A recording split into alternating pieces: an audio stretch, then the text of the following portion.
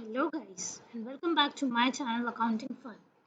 Now today we will be moving a further step forward and we will be discussing a new format of balance sheet. Previously I told you that balance sheet consists of just two sides, liabilities and assets. But since now the Schedule 3 and Companies Act 2013 has been introduced, so the format of balance sheet has been entirely changed. Now we don't prepare a horizontal balance sheet, but we prepare a vertical balance sheet. And its components are the same, that is the assets and the liabilities, but the format has changed. So let's look at this format.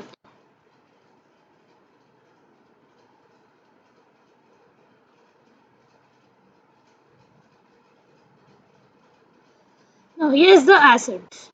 First of all, now assets include first the non-current assets. Non-current assets are those assets which are not easily convertible into cash, or they will not be quickly converting into cash.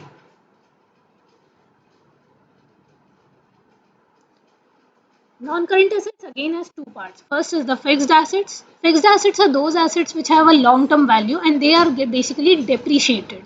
Depreciated in terms that their value gets reduced as the time passes. Now, in fixed assets again you have four types of assets. First are the tangible assets. So tangible assets are those assets which you can touch and feel. As the name suggests, they are tangible. You can touch, feel, see them. It includes your furniture, machinery, plant, building. All these are your fixed assets because you will be using them for long term. It is not so that daily you are going to purchase new building. Yes, if your business nature is that is if you are into real estate and so, then you might be building will be your current asset. But then again, the work where a factory is set up or where office is set up, that will be a fixed asset. Second will be the intangible assets. Intangible assets basically consist of patents, copyright, trademark, your business name. You can't see or touch them. Now you will say that business name you can see, right? But it doesn't have a physical existence. So that's why it's an intangible asset.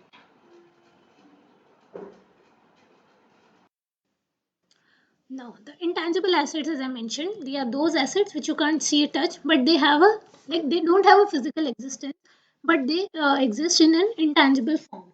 So these include your patents, copyright, trademark, and all. Third is the capital work in progress. Capital work in progress.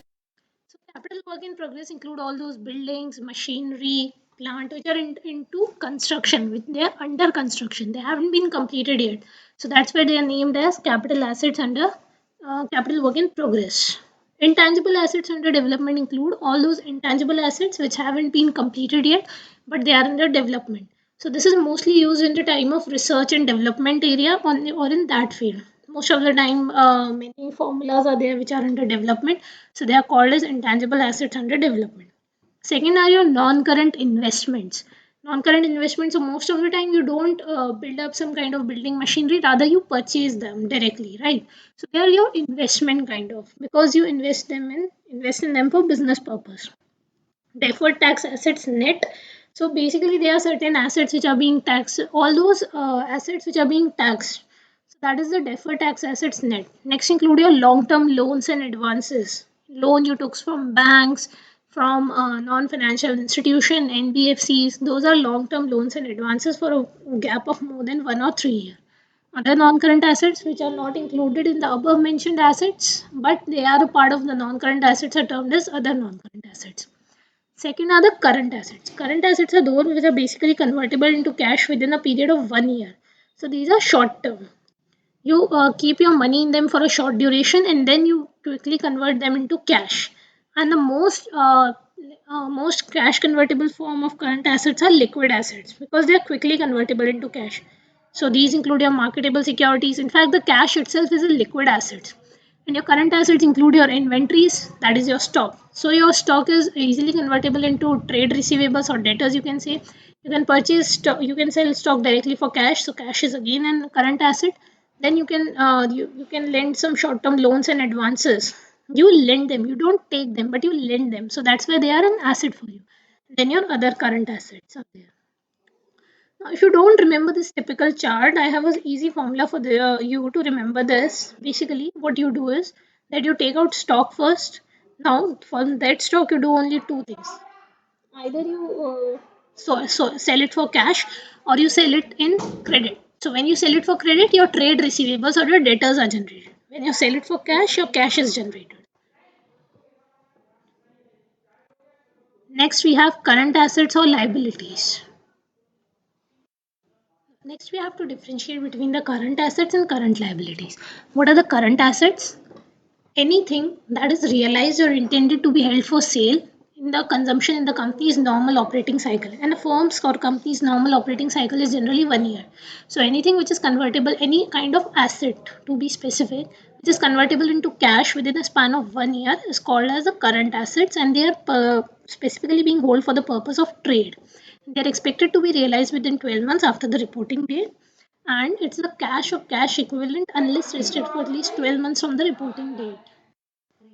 Next, if we discuss about the current liabilities, so these are those liability which you are going to settle. Basically, your creditors or any other current liabilities, your bank loan, which are to be settled within a normal operating business cycle, which is again 12 months or 1 year, and it is not going to be deferred within 12 months from the reporting date. That is the current liability. Next, we are going to discuss the balance sheet format of assets. So, first of all, it includes your non-current asset and your fixed assets part. So, it includes two kind of assets: the tangible assets and the intangible assets. So, the tangible assets include the land, building, plant and equipment, furniture, vehicles, office equipment, other. But these are to be consumed by business only. Anything which is consumed for personal purpose is not considered to be an asset. These are specifically to be used by the business only. Intangible assets, as I told you, goodwill, brands, trademarks, software, anything, publishing title, mining right, copyrights, patents. All these include your intangible assets. Next, we are discussing about the next statement, which will be our statement